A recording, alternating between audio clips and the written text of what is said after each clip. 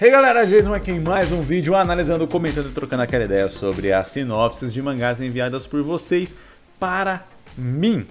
Lembrando aqui que a nossa lista padrão de sinopses ela tem mais de 100 sinopses, então se você tem vontade de enviar, de ter sua sinopse lida aqui, você pode enviar, tem o processo aqui na descrição, inclusive com dica de como montar a sua sinopse, né? Então não só ali como mandar para mim, mas também como fazer uma sinopse legal e tal, interessante, independente de você querer mandar para mim ou não. O link aqui na descrição vai ajudar você a montar a sinopse do seu mangá, seja para publicar em sites, etc, ou mesmo para contar para os outros. Enfim, só que enviando por essa lista padrão, né, enviando por aí, sua sinopse vai demorar para ser lida, porque como eu disse, tem muitas sinopses aqui na fila. Por isso que eu abri a possibilidade de, para os membros do canal, se eles quiserem enviar a sua sinopse aqui, elas são lidas antes. Então, caso você tenha vontade ou necessidade de ter a sua sinopse analisada mais rápido, é só se tornar membro aqui do canal para ter ela analisada aqui em um vídeo. A primeira sinopse que eu leio em todos os vídeos aqui de leitura de sinopse é uma sinopse de membro, então acaba lendo muito mais rápido do que ter que entrar na fila ali. Como eu disse, são mais de 100 sinopses aguardando serem lidas. Seguindo o padrão, vamos começar aqui com a nossa primeira sinopse, que como eu disse, é uma sinopse de membro. O título dessa história é Caio. Mariana Ferreira, uma jovem bruxa de 12 anos, descobre uma conexão com Caio Viana Martins, um herói do passado, ao acordar em 1938 dentro de um trem. Determinada a mudar o destino trágico de Caio, ela lidera os escoteiros do trem em uma batalha contra vampiros disfarçados que causaram a morte de Caio e outras vítimas na linha do tempo original. Mariana descobre que seus poderes e sangue bruxo Mariana descobre seus poderes, não sei de onde que eu tirei um Q ali. Mariana descobre seus poderes e sangue bruxo durante o confronto, mas percebe que não pode alterar totalmente o curso dos acontecimentos. Após o acidente, ela acorda em sua cama com um livro dedicado por Caio, percebendo que honrou a memória dele ao enfrentar os vampiros. Entendi. Assim, vai. Eu acabei de comentar aqui no início do vídeo, né, sobre como você pode montar sua sinopse, independente de ser para eu ler e analisar aqui, ou realmente para colocar ali no fundo do seu mangá, quando você publicar, num site, etc. Ou para contar para os outros. Esse modelo aqui é bem interessante para eu analisar, porque eu consigo ter uma visão um pouco mais ampla da história, porém ele não é o modelo ideal para você publicar com uma sinopse, porque ele tem meio que um spoiler aqui do final, né? Então eu pararia ali no Mariana descobre seus poderes sangue bruxo, blá blá blá, mas percebe que não pode alterar totalmente o curso dos acontecimentos. Eu pararia a sinopse ali, porque ali depois a gente tem meio que um spoilerzinho do final. Com base nesse modelo que eu vi aqui, eu consigo imaginar um one shot. Lembrando que o one shot é uma história com começo, meio e fim. Ou seja, toda história tem começo, meio e fim, né? Mas é uma história centrada onde ela começa, né, tem um desenvolvimento e termina ali dentro daquele número limitado de páginas da história que a gente está vendo, né? Não vai ter tipo um continua no próximo capítulo. É isso que eu quero dizer. E é o tipo de modelo que eu imagino para essa história aqui, já que a gente já tem até ali um final. Então, pelo que eu entendi, a Mariana ela vai descobrir de alguma forma essa conexão com esse Caio Viana Martins, e aí vai acontecer alguma coisa e ela vai... como fala? Ela vai voltar para o passado. E aí, nessa volta ao passado, ela vai tentar impedir a morte do Caio. Pelo que eu entendi, é mais ou menos isso, né? Só que, pelo que eu estou entendendo aqui, não é necessariamente que ela vai conhecer o Caio nessa volta, né? Ela não está voltando no período que ele está vivo, mas o lance, até onde eu entendi, é ela enfrentar os vampiros que vão causar a morte do Caio. Então talvez ela esteja antes ali, ou talvez ela esteja num lugar muito longe, de modo que ela não consegue chegar até o Caio. Eu acho que isso é algo que precisa ser deixado meio que claro na história, principalmente quando a gente está falando de um one shot, onde a gente vai mais direto ao ponto, né? Onde a gente não pode estender muito certas explicações e coisas do tipo. Certas coisas têm que ser muito mais diretas, muito mais explicadas. Então, ou eu colocaria ela voltar no passado de um jeito que ela não tem acesso ao Caio, ou seja, ela quer impedir a morte do Caio, ela sabe que isso vai acontecer. Talvez a primeira tentativa dela seja de tentar avisar o Caio de alguma forma. Ao perceber que isso não vai ser possível, e aí, como eu disse, num one shot, é interessante que ela perceba isso rápido, então ela faz uma tentativa, faz uma segunda tentativa, e nessa segunda tentativa ela já descobre, ela não vai ter como, eu vou ter que seguir por outro caminho. E aí ela vai por outro caminho. Talvez o desenrolar dessa trama dela fazendo parte desses escoteiros ou algo do tipo, chegando ao ponto de liderar eles, ela lidera os escoteiros do trem em uma batalha contra vampiros disfarçados. Ok. A história inteira vai se passar no trem? Fica interessante também. Fica interessante também a história inteira se passar no trem. É verdade. Tá aí. Muito bom. Eu não tinha captado isso. A história inteira se passando no trem, a gente já tem automaticamente um modelo de história mais curto. Ou seja, a gente não vai ter uma passagem muito grande de tempo enquanto a Mariana tá ali. O que a gente pode fazer? Talvez não necessariamente fazer ela descobrir essa questão do sangue bruxo. Porque ali no começo da sinopse fala assim, Mariana Ferreira, uma jovem bruxa de 12 anos, descobre uma conexão blá blá blá. E aí fala, nessa viagem ela descobre seus poderes de sangue bruxo. Então fica ali com uma informação meio que duplicada. Dá a entender que ela já sabe, porque a gente já sabe, quando tá lendo a sinopse, que ela tem sangue bruxo. E depois quando ela descobre, fica meio que, como eu disse, essa informação duplicada. Talvez eu faria ela voltar no tempo de propósito, talvez eu aumentaria um pouco a idade dela, para poder fazer ela ter essa noção maior das coisas que ela está querendo fazer. E quando fala que ela lidera ali os escoteiros do trem e tal, nessa batalha contra os vampiros disfarçados, eu acho que talvez ela ter um pouco mais de idade faria com que ela conseguisse liderar com um pouco mais de autonomia, digamos assim, sem a gente precisar fazer aquele recurso que é meio clichê e quando não é bem feito acaba ficando meio zoado, que é a criança gênio. É a criança que ela entende um monte de coisa que crianças geralmente não iriam entender. Então eu julgaria a idade dela para 14, 15 anos, 16 ali já tem um nível de maturidade que eu acho que tipo a pessoa consegue fazer as coisas que está se propondo aqui na história. Mas vamos lá. Então, Mariana Ferreira sabe que ela é uma bruxa, ela percebe essa conexão com o Caio, ela descobre de algum modo que ela tem uma conexão, talvez um antepassado dela, talvez um amigo de um antepassado dela, não sei. Alguma coisa assim, ou talvez alguma coisa que aconteceu no futuro, ela descobre que tem a ver com o Caio e tem alguma relação com ela. Então, enfim, esse desenvolvimento inicial tem que ser apresentado de uma maneira rápida, interessante. Talvez possa ser algum herói, como ele é um herói mesmo da história, né? Pelo que fala ali, tipo, um herói do passado. Pode ser um herói para ela especificamente. O pai dela pode ter lutado ao lado do Caio, não sei o que, sabe? Ter alguma coisa assim. E aí a gente coloca até uma motivação mais pessoal. Talvez o pai dela foi morto junto com o Caio, ou talvez um antepassado foi morto junto com o Caio, não sei. Pai fica, né, muito próximo ali a relação, né? Tipo, daria para fazer no máximo uma diferença de talvez, sei lá, 40 anos estourando ali, né? Para ser o pai dela. Então fica um pouco complicado. Talvez o vô. E aí o vô ter morrido fez o pai ser meio distante, ela não tem essa relação, então ela quer salvar o Caio, porque salvando o Caio salva o vô, salvando o vô, o pai talvez seja um pouco mais próximo dela, não tenha ali talvez a depressão que o pai dela tem, tal, pela perda do vô, e aí a gente conseguiria estender esse período para talvez uns 90 anos. Pô, 90 anos já dá para ser um herói do passado já, né? Enfim, então já daria para estender, né, a distância entre a Mariana e o avô dela ali num tempo legal, né? Enfim, ok. Aí criando, como eu disse, essa motivação um pouco mais pessoal para Mariana. E aí ela decide, né, fazer um feitiço ali, talvez contra meio que as regras, etc., onde ela vai voltar no tempo. Só que ela tem um período limitado de tempo que ela pode voltar no tempo, um período limitado que ela vai ficar lá. Então ela sabe que ela vai ter X horas fazendo não sei o quê, e aí ela acaba acordando aí no trem, etc. E aí esse trem ela sabe que tem ali os agentes disfarçados. Ela percebe, né? Ela pode tipo tentar fazer o feitiço para chegar ir direto pro castelo para poder avisar o Caio. Esse é o propósito dela. Porém, ela é jovem, né? Ela é inexperiente, etc. Se algo assim fosse plenamente possível, outras pessoas mais velhas, com mais experiência, outros bruxos mais poderosos já teriam feito. O lance é que ela é um feitiço meio que não era explorado, meio proibido. A Mariana fez esse negócio assim, escondido de todo mundo, e ela é inexperiente. Então ela não caiu ali onde ela queria, ela caiu ali no trem.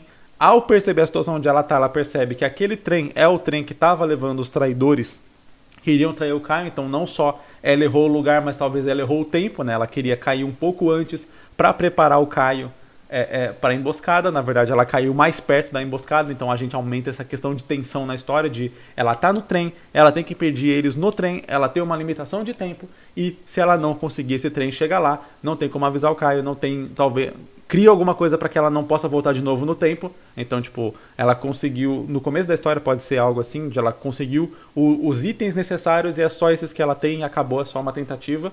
pra deixar sempre aquele negócio de tipo, essa é a única esperança, você tem que fazer isso nesse tempo, sempre deixar aquela urgência ali no máximo. E aí, beleza. Ela percebe essa questão do trem, ela percebe a questão onde ela tá, aí ela tem que recrutar ali esses escoteiros e, junto com esses escoteiros, conseguir ali enfrentar esses vampiros. E aí eu acho que a parte interessante são vampiros que mataram um herói, que mataram o Caio, que é o cara do negócio. Então, acho que a parte interessante aqui seria, não a Mariana talvez descobrir que ela tem poderes ou coisa do tipo, mas ela desenvolver mais os poderes dela a ponto de ela se tornar uma bruxa melhor, para ela ficar mais inteligente, no sentido de ela não vai conseguir enfrentar um vampiro pau a pau, porque senão o Caio não teria morrido para esses vampiros. Mas ela vai usar estratégias, artimanhas, inteligência para conseguir derrotar os vampiros, e talvez o último ela possa realmente meio que quase enfrentar no mano a mano ali. E talvez seja exatamente nesse último que ela perceba que ela não pode mudar tudo. Ela talvez consiga chegar muito perto, a ideia é essa, né, de toda a história, principalmente quando a história vai dar errado, não vai dar 100% certo, é você chegar muito perto de parecer que vai dar certo, e aí no final não dá. Então ela pode talvez enfrentar o último vampiro meio que no mano a mano, ela não tem poder suficiente, acaba o tempo dela, ela volta pro tempo dela, e aí ela percebe talvez que ela não mudou todas as coisas, etc, né, porque o último vampiro continuou vivo ali no trem. Ou ela pode até derrotar esse vampiro, mas daí depois ela descobrir que tinha mais um vampiro.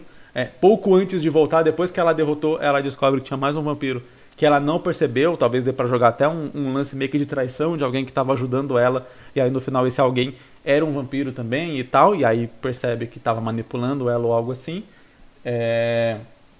E aí quando ela volta tem a carta do Caio ali mostrando que ok, ela não conseguiu mudar 100%, ela não conseguiu impedir, mas ela teve ali um lance do reconhecimento, de ter honrado a memória dele, e essa carta talvez ela mostre ali pro pai dela, o que faz com que o pai se torne mais próximo dela, e aí fecha o ciclo, porque mesmo que ela não tenha conseguido o objetivo de salvar o Caio, né, mas o objetivo de salvar o Caio era ter a afeição do pai, talvez, como eu disse, no modelo que eu criei aqui para tentar ter uma relação um pouco mais pessoal com a missão dela, mas ao conseguir a carta ela não realizou, ela falhou em uma das missões, mas o objetivo verdadeiro dela, que era a atenção do pai, que era ter reconhecimento do pai, ela consegue quando, sei lá, mostra essa carta de reconhecimento do Caio, etc, ou até do vô dela, reconhecendo que ela tentou salvar o Caio. Então, não é nem que o próprio Caio escreveu, mas talvez o vô dela, só que daí ficaria meio estranho o nome da história ser Caio. Mas acho que deu para entender a ideia pela qual eu girei aqui em torno, né? Espero que tenha dado para entender e que tenha ajudado aí. Nossa próxima sinopse é uma sinopse bem curtinha. Vamos ver se vai ter aqui o que comentar ou como estender aqui um pouco ela. Um deus cansado de não ter nada para fazer vem para o mundo em um corpo que não é capaz de suportar todo o seu poder. E agora como voltará para a cidade celestial? Ok, foi um resumo, bem resumão, mas eu consigo extrair algumas coisas aqui. Primeiramente, a pergunta aqui que não quer calar na história ele vem pro mundo normal com um corpo que não é capaz de suportar o poder dele. Ok, o que isso significa? Significa que o corpo vai explodir e não vai acontecer nada. Significa que o poder dele vai escoar. Significa que ele não vai ter o poder de Deus. O que isso significa na prática na história? Acho que isso tem que ser bem estabelecido. Eu consigo imaginar que várias implicações, né? Uma implicação, por exemplo, é isso. Tipo, ele tenta vir para a Terra, o corpo não suporta o poder, o corpo explode. E aí ele vai e resolve diluir o poder dele, né? Vamos supor, a gente pode começar realmente com esse lance de ele indo para a Terra. Já eu falo sobre o final, que o final tá meio confuso, mas eu vou focar aqui nesse começo por enquanto, porque eu achei interessante. Ele vem para a Terra, aí esse corpo começa a se romper por conta do poder, ele não sabe o que fazer, e aí ele decide, para não perder o corpo, né, que ele escolheu, que ele fez ali, ele decide escoar esse poder dele. Escoando esse poder dele, esse poder acaba sendo pego por outras pessoas, outras criaturas, outras coisas, e aí beleza, o Deus sai ali na sua jornadinha, na sua brincadeirinha de eu sou um moleque, tô aqui na Terra agora, eu vou brincar, vou fazer minhas coisinhas, que é qualquer bosta que ele queira fazer, já que ele é um Deus entediado. Ok, ele vai chegar ali, e aí, em determinado momento da história, ele vai perceber que ele é um baita de um irresponsável, que a brincadeira dele de vir pra Terra, nascer na Terra, aí não ter nem a capacidade mental E aí eu não tô zoando o autor, eu tô zoando o Deus. A ideia é que o Deus seja, de tão entediado, de tão cansado, ele se torne estúpido. E aí ele percebe a estupidez dele de não ter feito um corpo que aguenta o poder dele, ter escoado o poder ter caído em mãos erradas, entre aspas. E aí agora a jornada dele talvez seria para recuperar esse poder, para voltar ao equilíbrio à Terra, já que a Terra ficou completamente, o mundo ali que ele era Deus ficou completamente desequilibrado graças à cagada que ele fez. E aí essa jornada seria a jornada não de ele voltar necessariamente para a cidade celestial, porque não faz muito sentido quando a gente coloca essas informações lado a lado. O Deus é cansado de não ter nada para fazer, vai para a Terra, e aí agora o objetivo dele é voltar de onde ele veio. A gente precisa, ter um caminho para que possa criar esse objetivo de voltar para onde ele veio. O final da história que eu imaginei aqui, ele até volta para onde ele veio, mas o caminho pelo qual ele percebe a responsabilidade que ele fez, ele começa a sentir esse arrependimento pelo que ele fez, aí ele vai ter que buscar ali os fragmentos do poder dele, que foram espalhados principalmente para as pessoas e para as coisas, para as criaturas erradas ali, que estão destruindo o planeta, que agora ele nem pode salvar, porque ele não tem mais todo aquele poder, mas obviamente ele manteve algum poder ali, aquele corpo conseguiu manter alguma parte do poder, né? E aí ele vai juntando esse poder de alguma forma até o ponto onde ele vai voltar a ser o Deus, e aí ele vai ter uma noção maior de que ele estava completamente errado nesse lance de estar cansado, de não ter nada para fazer, e que na verdade ele tem muita coisa para fazer, que é zelar por aquele mundo, manter aquele mundo coeso, manter aquele mundo funcionando e impedir que ele caia naquele caos e naquele perigo, naquele perigo. Eu misturei perigo com período, e aí ficou perigo e depois perido. Enfim, naquele perigo de destruição, de autodestruição que estava acontecendo quando ele foi irresponsável. Aí eu acho que fica uma jornada interessante para um personagem que tinha tudo, passa a não ter nada. Ao não ter nada, ele percebe o que ele tinha de verdade, que era essa responsabilidade, e que na verdade ele não estava tendo ela. E aí ele passa por essa jornada para ele aprender a ser responsável de novo, e aí recuperar o seu posto de Deus, e aí virar um Deus bom. Ele era um Deus mau no sentido de ser um Deus ruim, de ser um Deus, não mal de vilão, de maldoso, mas um Deus ruim, um Deus zoado. E aí ele vai e passa a ser um Deus bom para aquele mundo. Acho que pode funcionar bem. É um pouco complexo, pode ser que seja uma história que dá para se estender muito, etc. O que eu faria se fosse estender essa história é colocar várias situações onde ele ia vendo ali as consequências dos atos dele, ou da falta de atos dele, de como o mundo está mal, de como o mundo está ruim, de como as pessoas estão sofrendo, e como ele deveria ter visto isso antes, ele deveria ter percebido isso antes, ele deveria ter feito algo antes. Na verdade, ele só contribuiu para piorar aquela situação, a ponto de, ter situações onde ele vai ter vergonha de falar a identidade dele, então ele vai assumir uma nova identidade de um mortal, etc. Ele talvez no começo ele tenha essa arrogância, esse lance de querer que os outros façam o que ele quer, e aí ele vai perceber que as coisas não são bem assim, enfim. E aí ele vai aprendendo, enquanto ele aprende a ser um ser humano, ele vai aprendendo também a respeitar aquela criação, aquele mundo que ele deveria zelar e que ele não zelou. Acho que fica um contexto bem interessante para a história. Nossa próxima sinopse se chama Shadowhunter, e aqui eu já deixo um aviso para o autor, né? Shadowhunter é um nome muito legal, mas se eu não me engano existe jogo já com esse nome, existe, se eu não me engano, também já anime com esse nome, eu tenho a impressão de já ter ouvido falar, acho que filme também já tem, então Shadowhunter é um nome, por mais que seja muito legal, e eu acho que exatamente por ser muito legal já foi usado muitas vezes. E aí entra aquela questão que eu sempre falo sobre títulos aqui, né? Se o título do seu mangá é algo que já tem outra coisa mais famosa que usa esse título, então, eventualmente, se você fizer esse mangá, e a minha intenção aqui é sempre, tentar ajudar vocês para que vocês façam de fato o mangá. Se você fizer esse mangá, publicar esse mangá, o leitor talvez não ache esse mangá para ler, porque ele vai jogar lá no Google Shadowhunter, e aí vai aparecer um monte de Shadowhunters que não são necessariamente o seu mangá, a não ser que você consiga ter mais fama do que as outras coisas que se chamam Shadowhunter, né? Eu sempre gosto de dar o exemplo aqui, de se você fizer um mangá chamado Dragon Ball, você acha que alguém vai achar o seu mangá quando pesquisar no Google para ler? Provavelmente não, ele vai achar o Dragon Ball do Akira Toriyama. Então, minha gata querendo esfregar a cara no microfone. Enfim, então eu aconselharia ou talvez traduzir o nome mesmo para Caçador Sombrio, ou algo do tipo Caçador das Sombras, ou algo assim, porque daí a gente já tem menos obras que carregam esse nome traduzido para o português. Se você for publicar em português, já ajuda, né? Você já mata dois coelhos com uma cajadada só, que é deixar o título simpático para falantes de português e ao mesmo tempo não ter essa competição direta ali com a língua inglesa num título que é tão comum. Ok? Vamos parar de falar de título e vamos ler aqui a sinopse para entender qual que é a história de Shadowhunter. Em um mundo onde as civilizações são isoladas uma das outras pelo governo, a história começa com dois irmãos que, após uma tragédia em sua família, misteriosamente causada por seu pai, são jogados em um orfanato e lá se deparam com a verdadeira realidade do mundo. Após passarem pelo inferno de sua infância juntos, os dois lutam para sobreviver e aprender a controlar seus poderes, que aparecem repentinamente após a tragédia. Em um mundo onde existe o paralelo entre assassinos e governo, cada irmão seguirá seu caminho com o objetivo de buscar vingança, um com o governo e o outro como assassino.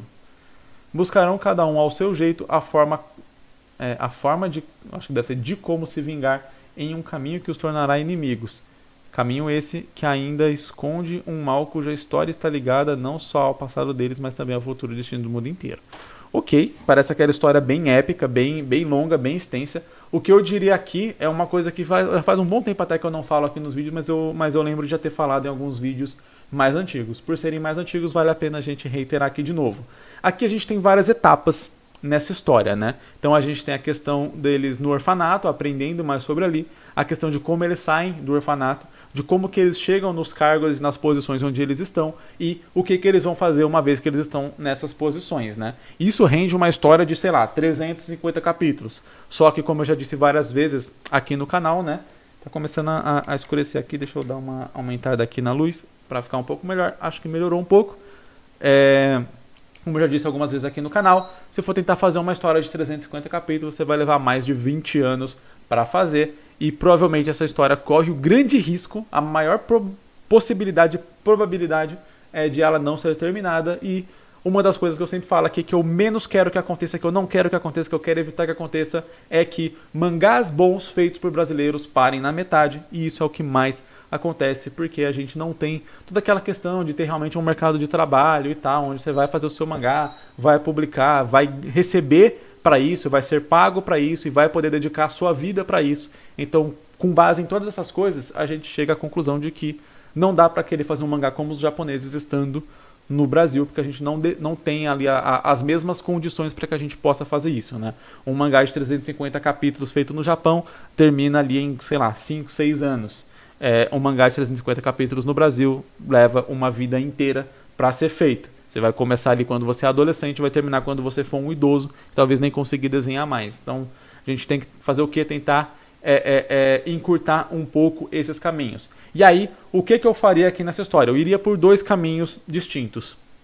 O primeiro, seguindo na série padrão, vários capítulos seguidos, eu já começaria com esses irmãos estando na posição onde eles estão e trabalharia a infância, o passado, todas as questões como flashbacks. Talvez eu mostraria ali vamos dizer assim, iniciaria, né, com um prólogo ali falando, né, sobre esse passado deles mais ou menos, principalmente sobre a tragédia familiar, etc, como que cada um reagiu àquela tragédia familiar no momento em que a tragédia aconteceu. Terminaria com eles, esse prólogo terminaria com eles indo pro orfanato. Depois eu cortaria, faria um time skip para mostrar já um no governo e outro já na Liga dos Assassinos, cumprindo ali suas missões, e a partir daí desenvolveria como que foi a relação deles, o que aconteceu no orfanato, como que eles foram se desenvolvendo para chegar naquelas posições e como que eles têm a visão separada. E aí, beleza, iria trabalhando o restante da história aqui que o autor imaginou, enfim, de como que eles vão chegar nessa vingança e como que isso tem a ver com essa outra história do passado que está ligada com o destino do mundo, etc. E aí desenvolveria toda essa parte, mas eu encurtaria todo esse outro caminho para que a gente não ficasse ali, sei lá, vários capítulos acompanhando eles como criança no orfanato, depois vários capítulos acompanhando como que eles chegaram ali na posição onde eles estão no governo e na guilda dos assassinos, vou chamar de guilda. E aí depois só continuar. Então, tipo, a gente teria toda uma história gigante para chegar no ponto onde a gente vai ver a trama avançar de fato em direção ao que ela vai ser de verdade, que é a questão da vingança ali, do destino do mundo, etc., que está em jogo no meio dessa trama política aí, etc. Então eu já iria direto para os finalmente, entre aspas, não finalmente, né? Mas assim, eu já iria direto para o ponto máximo de ascensão social dos personagens, vamos chamar assim, e aí trabalharia essas outras etapas com flashbacks, com diálogos, enfim, iria trabalhando, construindo o background à medida que a história anda em direção ao seu conflito principal. Outra forma de fazer isso que eu faria seria dividir talvez a história ali em uns 3 volumes. Só que daí eu faria essa história de um modo que ela contasse histórias fechadas em cada um dos volumes. Então, onde o primeiro volume eu mostraria o período no orfanato, e a ideia seria criar uma história fechada no orfanato, de eles tentando fugir, de eles conhecendo certas coisas sobre o mundo e já começando a estabelecer sua personalidade, como que vai ser, terminando com eles fugindo. E aí quando eu digo terminando com eles fugindo, é como se aquilo realmente fosse o final da história. Como se eu quisesse contar uma história só deles no orfanato. Aí, num volume 2, eu contaria toda a trajetória deles até eles chegarem ali no governo e no lance dos assassinos. Então eu mostraria onde o foco da história seria como que esses irmãos que estavam juntos se dividiram. Então seriam eles vivenciando situações que iriam fazer eles terem visões opostas a ponto de eles se dividirem e irem para caminhos completamente diferentes e praticamente virarem inimigos. Então eu contaria uma história de começo, meio e fim, criaria uma trama onde o objetivo dela seria iniciar com irmãos que estão juntos ali com o mesmo objetivo, e terminar com irmãos que estão em caminhos completamente opostos. E aí, num terceiro volume, eu começaria de onde eu começaria a série, que seria com esses irmãos ali, um no governo e um na guilda dos assassinos, e eles já seguindo seus objetivos e realizando a vingança e tendo todo esse outro contexto aí maior, mais épico, etc. acontecendo. E aí eu faria esses 3 volumes de histórias fechadas, que é mais ou menos como eu faço ali com o Makai, né? Eu tenho uma história fechada, depois eu tenho um volume 2 que continua aquela história, mas ambas são histórias fechadas. Você pegar aqui esse volume aqui de Makai, você vai ler e não necessariamente você vai pensar, vai terminar num lugar que fala continua na próxima edição. Não, você vai ler aqui e vai ser uma história fechada. Eu tenho um objetivo aqui, por mais que eu tenha uma história maior por trás acontecendo. Quando você pega o outro volume de Makai, né, o Makai Meio Swarga, você também tem uma história fechada acontecendo que continua eventos dessa história aqui, porém também é fechada. Você pode só pegar o Makai Meio Swarga sem necessariamente ler esse volume de Makai Meio, que você vai conseguir entender e captar a história. Seria mais ou menos algo assim que eu faria. Isso iria encurtar bastante a história, né? Então talvez iria diminuir muito ali certos avanços da trama, do roteiro, que talvez acontecimentos que talvez o autor queria pôr, mas eu acho que funcionaria melhor dado o tempo para poder contar essa história de uma maneira mais rápida, mais concisa e ter ali os 3 volumes prontos e tal. Eu acho que funcionaria melhor. É um conselho que eu vivo dando aqui no canal sobre um jeito de contar a sua história e tal, sem ficar muito dependente dessa questão de ficar fazendo capítulo atrás de capítulo e acabar largando a história na metade. Porque nesse modelo, vamos supor que se você fizesse ali o volume 1 e aí tivesse vários problemas pessoais que te impedissem de continuar fazendo, o volume 1 ele tá fechado. Ele conta uma história fechada ali que você consegue publicar, mostrar para as pessoas e elas vão conseguir ler e vão se dar por satisfeito com aquela história. Quando você lançar um volume 2, as pessoas vão estar empolgadas, etc. e tudo mais, só que não vão estar completamente dependentes daquilo ali, de modo que você pode até criar uma certa antipatia. O fato de Hooligan estar na metade e estar parado há anos gera uma certa antipatia de tipo, eu li ali, eu quero ver a continuação e não tem continuação e tal. É uma situação ruim que eu não desejo para ninguém e é por isso que eu dou essa ideia aqui, mas acredito que essa história funciona das duas formas, desde que o autor consiga ter a disciplina para seguir com uma série do começo até o final. O que eu tenho que dizer que não é só uma questão de disciplina, mas é uma questão de sorte também, de a vida permitir, né, as próprias situações da vida do autor permitirem que ele consiga fazer isso durante tantos anos. Galera, eu gravei esse vídeo aqui meio que na pressa, eu tenho que sair, então esse vídeo aqui vai ter somente 3 sinopses. No próximo vídeo a gente volta com um padrão 4 sinopses ali por vídeo, até porque eu vi aqui que a última sinopse que eu iria ler nesse vídeo, ela é bem grande, bem extensa, então talvez eu tenha que dar uma interpretada nela aqui para poder dar uma reduzida para poder ler aqui para vocês, para não ficar 10 minutos só lendo a sinopse e depois não conseguir ter muito tempo hábil para analisar. Mas então a gente encerra esse vídeo aqui e deixa ele um pouco mais curto e no próximo a gente volta com 4 sinopses. Muito obrigado para você que assistiu, espero que você tenha gostado, espero que as dicas tenham sido úteis aqui para você. Novamente, Se você tem vontade de enviar sua sinopse, tem o processo aqui na descrição, ou você pode se tornar membro e só comentar lá na área comunidade para membros, tem lá uma postagem, sinopse dos membros, né? E aí é só comentar sua sinopse lá naquela postagem que ela vai aparecer aqui no início de algum dos vídeos de análise de sinopse. Novamente, valeu para você que assistiu e vejo você em um próximo vídeo. Falou!